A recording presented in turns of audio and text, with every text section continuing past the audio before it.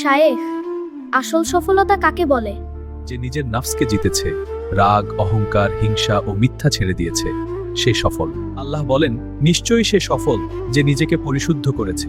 সফলতা টাকা বা ক্ষমতায় নয়, চরিত্রে। শায়েখ, নিজেকে পরিশুদ্ধ করা বলতে কি বোঝায়?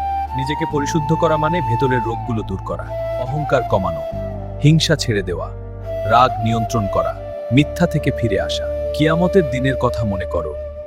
আল্লাহ বলেছেন, সেদিন সম্পদ বা সন্তান কোনো কাজে আসবে না, শুধু সেই মানুষ রক্ষা পাবে যে পরিষ্কার হৃদয় নিয়ে তার কাছে যাবে।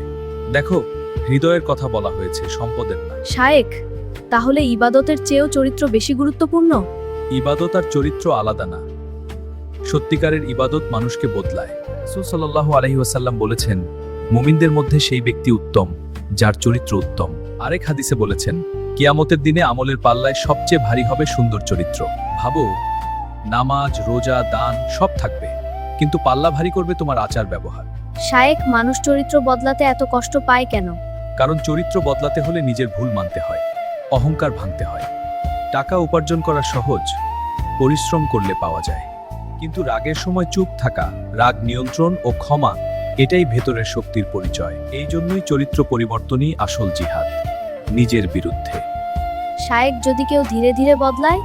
সেটাই তো আসল পরিবর্তন। আজ যদি তুমি একটু কম রাগ করো, আগের চেয়ে একটু বেশি সত্য বলো, কাউকে কষ্ট দিলে ক্ষমা চাও, তাহলে তুমি এগোচ্ছ। সফলতা হঠাৎ আসে না, প্রতিদিন ছোট ছোট ভালো কাজের মধ্যেই বড় পরিবর্তন হয়।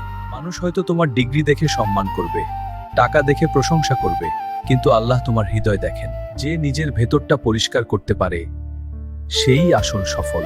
কারণ শেষ পর্যন্ত আমাদের সম্পদ কবর পর্যন্ত যাবে না, চরিত্র যাবে। এসো বন্ধুরা, আমরা শুধু বড় মানুষ না, ভালো মানুষ হওয়ার চেষ্টা করি। কারণ শেষ পর্যন্ত আমাদের সম্পদ নয়, আমাদের চরিত্রই আমাদের পরিচয়। চলো নিজেকে বদলাই, কারণ চরিত্র পরিবর্তনই আসল সাফল্য। ইনশাআল্লাহ।